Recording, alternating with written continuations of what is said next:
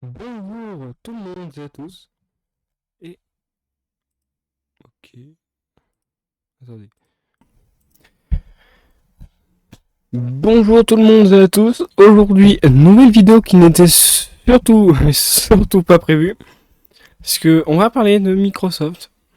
On va parler surtout de MDT. Parce que oui, MDT vient de mourir. J'étais en train de préparer une vidéo sur MDT parce que je voulais faire un tuto pour vous pour déployer Windows 11 et 10 grâce à MDT. Sauf que le problème, c'est que quand on veut télécharger MDT, ça nous met ça. MDT est mort. Alors, ce qui m'énerve quand même avec Microsoft, c'est qu'ils n'ont pas prévenu que MDT allait mourir. Ils ont fait ça en soum soum du jour au lendemain. Du coup, on se retrouve sans rien.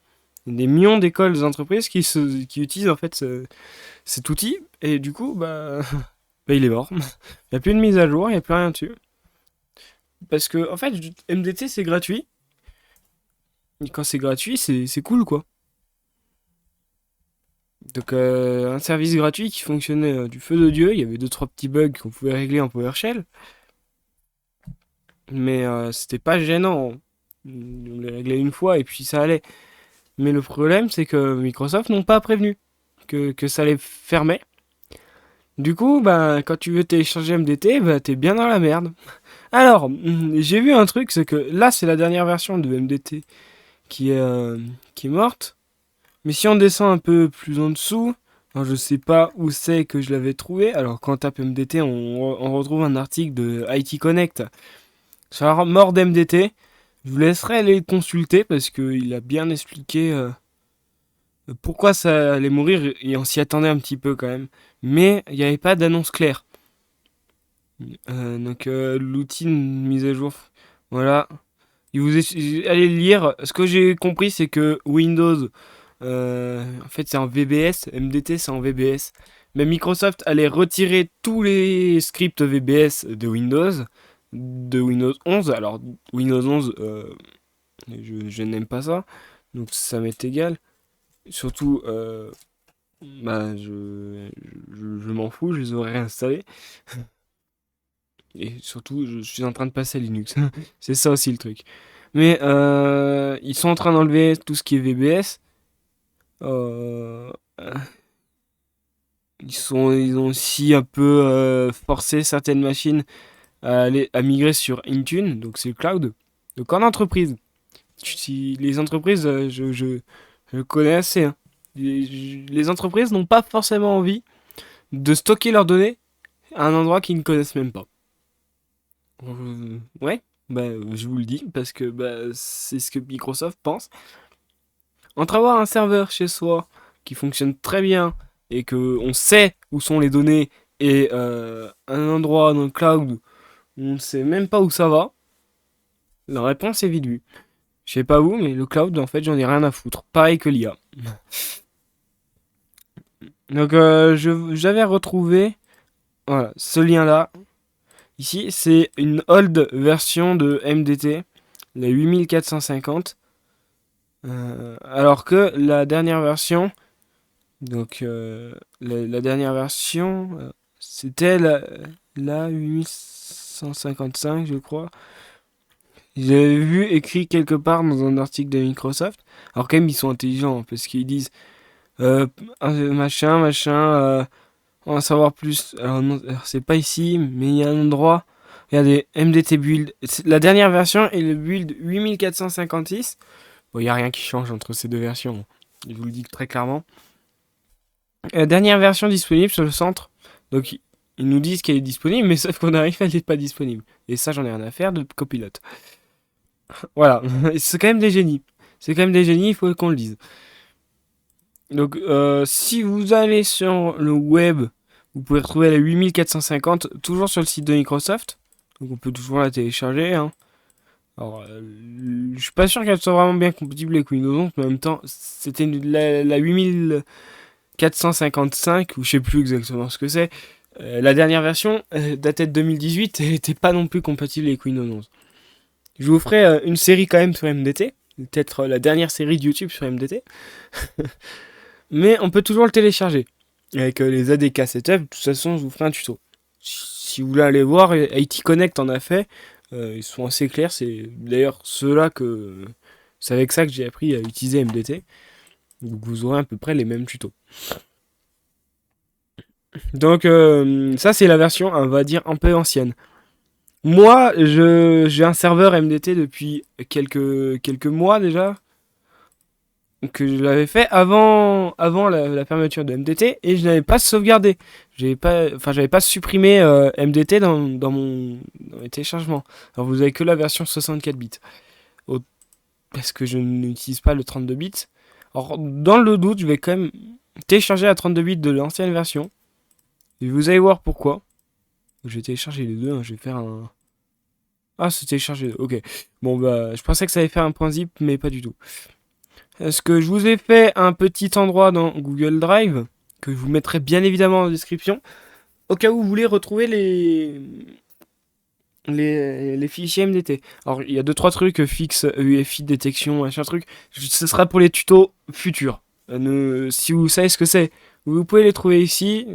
Pour le moment, il n'y a pas de source citée parce que c'est pas la vidéo.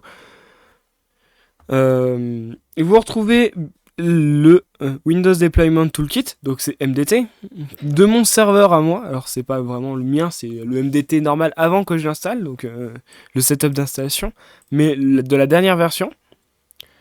Vous avez, alors ça c'est une URL, mais ce sera pour les prochaines tutos. Et vous avez les ADK setup pour la Windows 10 2004. Alors MDT old build. Je vais faire. Alors, mon anglais est pas très très bien.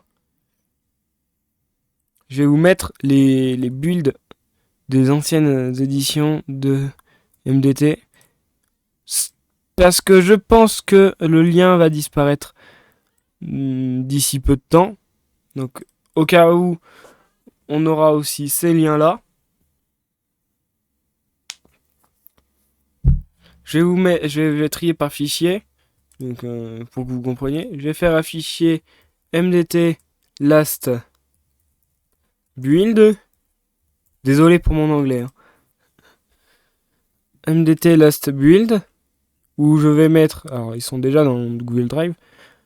Où je vais mettre Windows Deployment Toolkit. La dernière version. Alors, si vous voyez entre parenthèses le build, c'est les 8450 par exemple. Ici, je vais pouvoir le faire. 8450. Moins, vous avez le numéro de build au cas où vous avez besoin de trouver sur internet. Donc, moi, dans le tuto que je vais faire du coup sur MDT, d'ici peu de temps, j'ai commencé un peu à faire mes scripts et tout pour vous expliquer au mieux MDT. J'utilisais la dernière version. Mais au cas où, on utilisera la 8450 ou on utilisera la version qui est dans le last build.